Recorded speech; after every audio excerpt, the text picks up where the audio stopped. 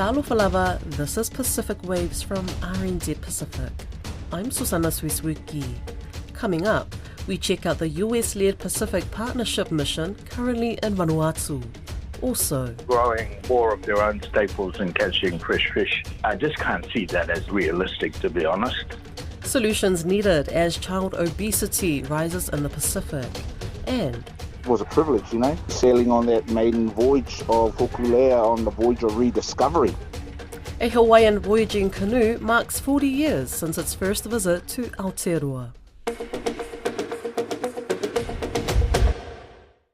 While the effects of the US government shutdown have rippled through the Pacific, one key institution has endured. The annual US-led Pacific Partnership mission is in Vanuatu, having recently departed Samoa as part of a tour of the Pacific Islands to strengthen their disaster preparedness. Kaya Selby filed this report. Sub-Lieutenant Manukura Ngawaka has been away from home for a while now.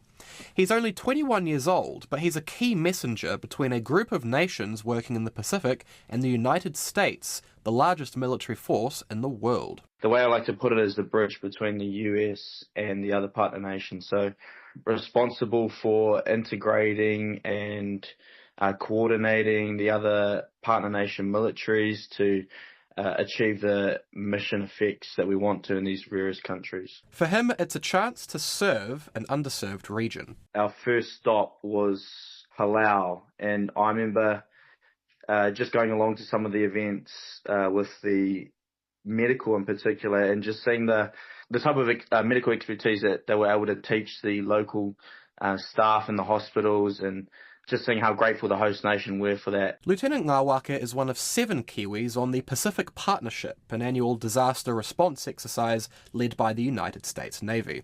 It's the largest humanitarian exercise that the US Navy runs. It's in its 21st year, and for the US, it's an important way to show a Western presence in the Indo-Pacific.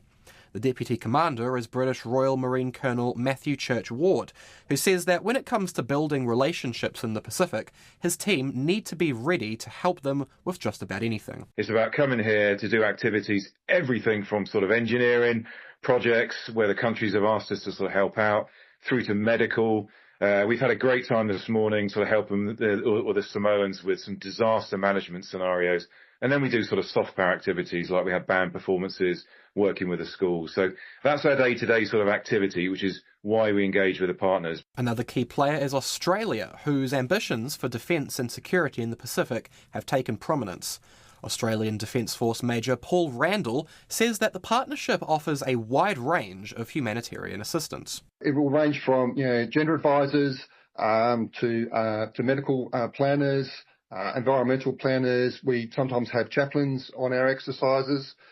We always try and have an Australian Civil Military Centre representative as well. And they really are so the glue in many cases in terms of training. But with the US government shutdown entering its 43rd day, causing furloughs and funding disruptions region-wide, the Colonel says their operations have remained relatively unscathed.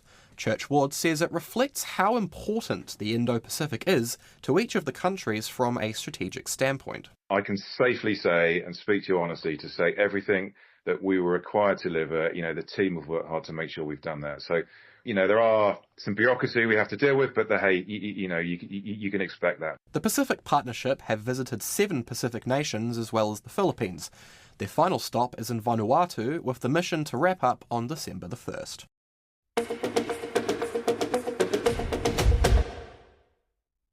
Child and adolescent obesity is soaring in the Pacific, and there is no quick fix, according to a Pacific health leader. The most obese 5 to 19-year-olds globally live in 3 Pacific Island nations, a UNICEF report found. Niue tops the lot with nearly 40% of its children and youth deemed obese. Margot Staunton reports. Cook Islands came second with 37% of its youth obese, followed by Nauru at 33%. 2025 marks an historic turning point. It's the first time global obesity in the 5 to 19-year-old age group is more prevalent than being malnourished. The report says global obesity is driven mainly by a shift from traditional diets to cheap, imported, ultra-processed foods and soft drinks. Auckland University professor Sir Colin Tukuitonga says obesity is not a region-wide problem in the Pacific. Overweight and obesity is more of a problem in Polynesia and to some extent Micronesia, so Cook, Niue, Tonga, Nauru. But in Melanesia, in Papua New Guinea, Solomons, Vanuatu, undernutrition and micronutrient deficiency is still a major problem. He says many people now live in urban or peri-urban areas with no access to land to grow food, and convenience is a major factor. The idea that people will return to growing more of their own staples and catching fresh fish, I just can't see that as realistic, to be honest. What needs to happen is perhaps better information and support so people moderate or reduce the consumption of ultra-processed foods. He says another major factor is a rapid decline in breastfeeding in the islands. While many mothers breastfeed initially, this drops dramatically after 3 months due to pressures to return to work or church and village commitments. Associated with that, a change in what I call weaning foods. Traditionally, it was like fresh staples and fish, but things have changed. And again, kids are weaned off breast on sugar, processed food items. Sir Colin says the focus should no longer be on adult obesity. Children and young people need to be exposed and be taught about the diets, unhealthy food items. Given our limited capacity and resources, perhaps we should put more of our effort into educating, informing and supporting young people. He says this is important because young obese people can later face health problems in adulthood, including type 2 diabetes, heart disease and some cancers. We have a burden of disease, people suffering the consequences, particularly diabetes, which then leads to kidney failure and blindness, and social and economic costs to the individual and their families and to the nations are enormous. The way children are growing up has also changed, he says. Children have become more sedentary, using electronic devices.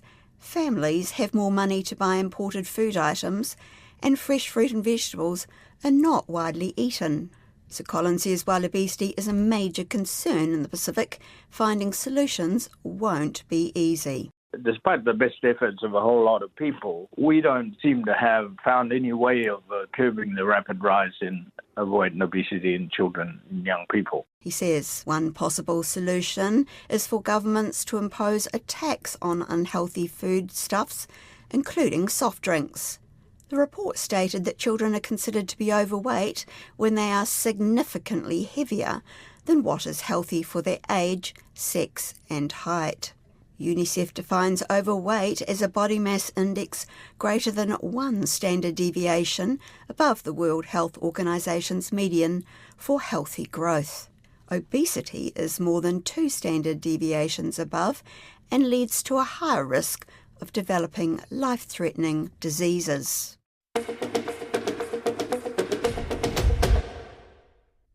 When the Hawaiian voyaging canoe Hokulea arrives at Waitangi on Friday as part of a 4-year journey around the Pacific, it'll be celebrating 40 years since its first visit to Aotearoa.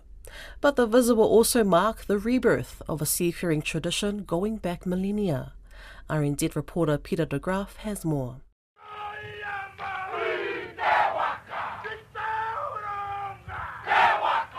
That's the sound of the Hokulea being welcomed at Waitangi in 1985 after a historic journey across the Pacific.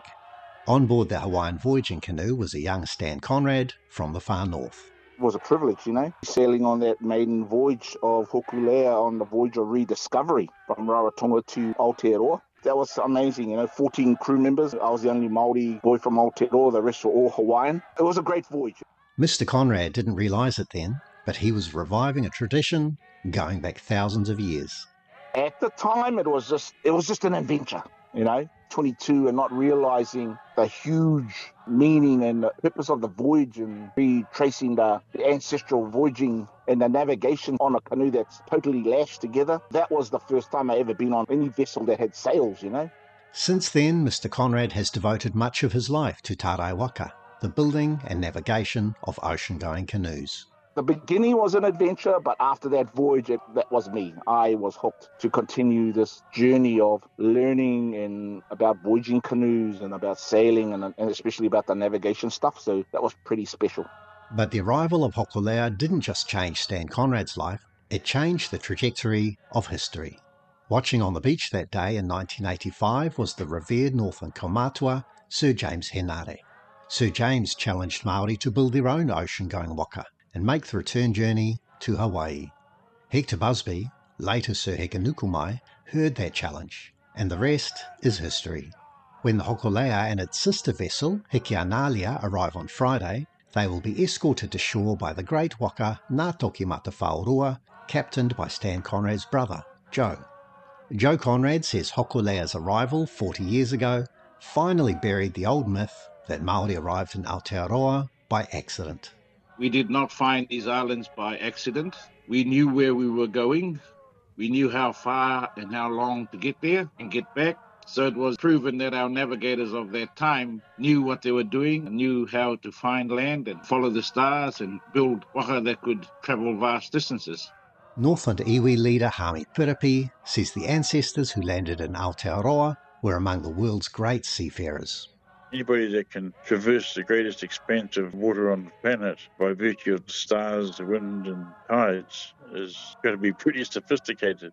Mr. Piripi says that knowledge had been all but lost when Hokulea's first visit reignited the desire to explore the oceans on traditional sailing craft. I think it really awakened an old knowledge, an old innate desire for voyaging, travelling, discovering new worlds. 6,000 years we've been occupying the Pacific, so we've been here a long time. And what our waka expeditions do is reawaken that feeling of excitement, of exploration and of achievement. Stan Conrad says Māori now have 8 waka haurua, constantly crisscrossing the Pacific. And now we've got navigation schools being created. We're teaching the next generation. They're picking up the voyaging, and yeah, you sort of pinch yourself every day that we've done so much in that 40 years and having hoku here to celebrate that, and that's pretty amazing. The waka are due to land in front of Waitangi's Te Tii Marae around 3 o'clock on Friday. That's Pacific Waves for today. For all episodes, head over to rnz.co.nz/Pacific. We're also on Spotify, Apple and iHeartRadio. From myself and the RNZ Pacific team, tō whā soifua.